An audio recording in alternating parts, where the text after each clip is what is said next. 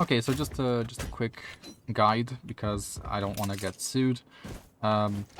So you always want to play for this this area, this A lobby / A halls area here, because yeah, as you may already know, that lets the enemy kind of push out into multiple lanes and spots around the map, and split push onto the A side a bit more effectively if you do lose this area. So losing this area is not necessarily a good thing. If you're an Odin player, or if you're simply utilizing the Odin for, you know, whatever opportunities you may have, for example, in overtime, you know, like your economy does kind of get wasted if you don't buy the Odin. So, you know, stuff like that, it's definitely worth trying to use the Odin for, especially if you know how to use it. So, first of all, if you're fighting in this area here, it's gonna be a really good idea to, first of all, start playing as aggressively as possible with the Odin. So if you're playing smokes, or if you have smokes that, you know, listen, then smoking this could be really nice, and then you can kind of go wide and maybe spam a little bit through the smoke. That's kind of one possibility, is you can go wide, spam through the smoke. Launching smoke. And depending on like the timing you take here, it's going to be really, really good. Second possibility is you can wallbang through this really deep. So this is just a free wallbang spot here, and the enemy will not be able to shoot you back. So the lineup for it, there's no real lineup. You just want to get a feeling for it. But you can walk into this corner with your back and just aim kind of on the bottom of this. And this is gonna let you spam right through through this line here. So anyone on this line, or anyone pushing up, or anyone close is gonna get damaged, basically. Really, really strong wallbang, and the enemy cannot wallbang you back in most cases because they're gonna have a shitty penetration weapon. So it does show that it's wallbanging, but it's not actually wallbanging. It's just a bug in this area. Not wallbanging. To wallbang this, you need to... It can only go through, like, basically the edge of the wall. So you're safe here, pretty much. Another thing is, okay, let's say the enemy starts to use utility here, and they're, you know, rushing you with flashes, blinds, stuns, whatever the fuck, right? Then obviously you want to fall back, and this is where you kind of have more positional freedom. You can play up in tower, or you can play here. Why, it can definitely be nice trying to make use of these off angles at least once per game, maybe. If you can find a moment when it's going to be effective, great, right? I like this off angle a lot. It's not an off angle, but it's, you know, it's like a rat spot in a way, because someone's going to open the doors, right? From the enemy's perspective, they're probably going to be, you know, kind of here, and they're probably not going to pre-aim you here, because that would be kind of interesting, right? I think good players are going to do this, but most players in ranked are not going to do this. So, yeah, they're going to pre-aim heaven, maybe close left, maybe back here. You know, there's multiple angles they can pre-aim, but they probably won't pre-aim you here, depending on when you go into this spot more passively. Another thing is, okay, let's say the enemy spams more utility towards the sands area, so sitting here might not necessarily be a good thing. For example, the enemy uses flashes before peeking, in which case, you know, playing here is completely fine. You can play anti-flash, you play anti-flash, and then you peek. But you don't peek wide, you peek narrow. So we peek narrow, and we can spam off the flash, basically. At most, we want to peek halfway to these doors, so that we don't overswing, and so that also we don't swing into drop. If drop is not smoked, we also want to avoid swinging into drop. So really careful. You have to be really careful here. So that's another thing. Another thing is, if there are smokes here, Smoke's down. if there's a smoke here, if your teammate places a smoke here, or you request a smoke, or you're playing smokes, you can also kind of isolate your angles here very easily. You can find the timing here pretty easily as well. Just playing here behind the smoke on an off angle could also be nice. You can also play inside of the smoke, and then if you have a teammate tower, you can peek out of the smoke as soon as your teammate in tower is taking contact, and then you should be able to find a few multi-kills if you've kind of exhausted your options in the more aggressive parts of this map, so let's say you've done pretty much everything there is to do, maybe you've even abused like this off angle here to hold the smoke here, or just this general area, because this is an off angle. No one really clears it. People clear this, right? People clear this, but then they just move on to pre-aiming this immediately. So it can definitely be nice trying to utilize this off angle here to your advantage. Apart from that, there's not much else that you can do in these more aggressive close range fights with your Odin. So we want to fall back to playing in the nest area. In this nest area, you have multiple options. You can play an off angle here. You're covered from drop, so it's completely fine. As long as your teammates have side control, it's completely fine.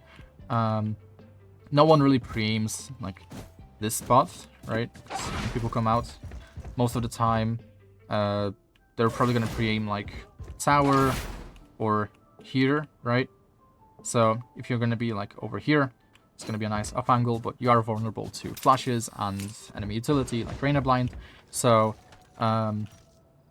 so it's definitely not a spot that you want to play in all the time, especially if you don't have any escape abilities. But it's definitely a nice spot to play if the enemy doesn't have those, or if the enemy is playing more silently. What this is also going to let you do is play this off angle here onto the enemy. If the enemy is coming out of drop, for example, you can very easily kind of intercept them here. You don't want to be peeking drop, you just want to be kind of covered from drop. But this way, if the enemy does come out and they try and split push onto the bomb site with smokes up, if the enemy does not have these optimal smokes here on these boxes, then you're going to be able to basically kill them as they're trying to scale onto the bomb site. And even then, you might still be able to spam them through the smoke anyway, if you hear them coming out of drop. So just worth keeping in mind. And so finally, coming back to the most passive position, which is the tower area, or what this is where it gets kind of tricky, because one, you need good headphones. Two, you need to know the timing. So the timing is kind of 7 seconds. I just do it off feeling. I'm not too sure if it is 7 seconds or not. I think it's around 5 seconds maybe. I just do it off feeling and off audio. So you literally just spam here basically. You hear the enemy tapping the orb, you wallbang, because you can wallbang the orb here as well. That's another thing, is you can wallbang this and basically get any enemies that are taking the orb. That's probably the best way to make the wallbang reliable, which is you literally just do this. If you're worried that the enemy is going to peek out, you can obviously just take cover here.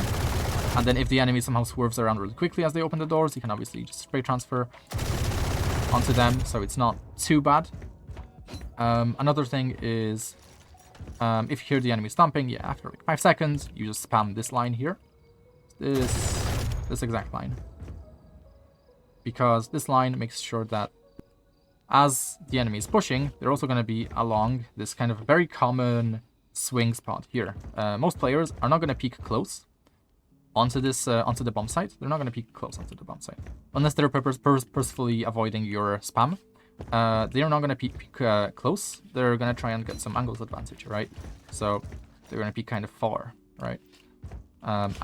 Optimally, they would peek like right up against the wall, but that's not going to happen, right? Most of the time. So this is kind of the spam spot you want to spam spot line that you want to spam across. Apart from that, if the enemy is stomping and you hear them and you suspect they're going to push through doors in a second, you can also actually spam them here, believe it or not. Like, not exactly right up against the corner, but if the enemy is just in this spot here, you can totally wallbang them here as well, which also grants me quite a few kills here or there. Oh, did they patch it? Oh, they patched it, I think. Okay, so this is the best you can do, which hits here. Okay, so it hits here. Okay, that's still not too bad, but kind of unfortunate. They patched it. Or did they? They didn't? What? Am I just not spamming it right? That's interesting. Very interesting. Yes, you can play this off angle here. This is also a nice off angle. I don't think there's any other real off angles here. But also, again, playing anti-flash here is also really nice. Like, if the enemy flashes this area, you can totally keep on timing and mess the enemy up. And actually, in this spot, a lot of the time, if you suspect that the enemy is going to go slightly heavier towards sands, maybe because they've done so in previous rounds, and it's not just like one guy pushing sands, but it's multiple guys pushing sands, and maybe you just hear them, in which case, what you should do is, in a lot of cases at least, is not just swing like that, and then come into a crouch. That's not really good. You can't just swing here, crouch, and spam the enemy and hope you get one kill as they push out off of a flash or some other piece of utility. Instead, it's much better to try and catch the timing here on the flash. So basically, you wait for the flash, the enemy flashes, or uses like a piece of utility or something, and then you swing, and then you isolate. Notice how I have this piece of cover here. You isolate this fight here on an enemy going wide off of the flash. And this way, you're not going to overexpose yourself to multiple enemies who may be behind that first in-line enemy player. And so you're just going to get nice, easy isolation here. After which, it really depends how you want to play it. What I like to do is I like to go up close, and then if the enemy is still rushing me, I'm going to try and clear, if they're, for example, rushing up across this line here, I will swing them, catch them off guard, basically. And obviously, request a smoke if you're actually going for these aggressive plays, because this way, even if the enemy doesn't respect your smoke, it is going to make it harder for the enemy to trade you, because if any enemies, for example, have been taking the orb or something, then obviously they're going to be able to trade you from here. But it's going to be much harder for them if there's a smoke in the way, obviously. So this is why regular smoke here is going to be really nice. And then you're going to be able to, even if you get the smoke early instead of like late into these fights, it's still going to be, really good. And you're going to be able to take care of this guy, right? And then take care of that guy. And that's pretty much it. Obviously, what I've covered was basically just wall bangs, timings, positioning.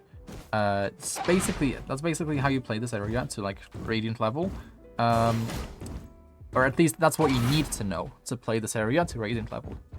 Whether you're going to play this area to Radiant level or not depends on your game sense, awareness, your understanding of the enemy's behavior. But usually you should be able to just go here and wallbang this pretty easily. Did I get it? Yeah, I got it. Okay, yeah, so yeah. I thought I messed it up, but yeah, this is such a deep wallbang that you should be able to get a kill here like at least once per game, basically.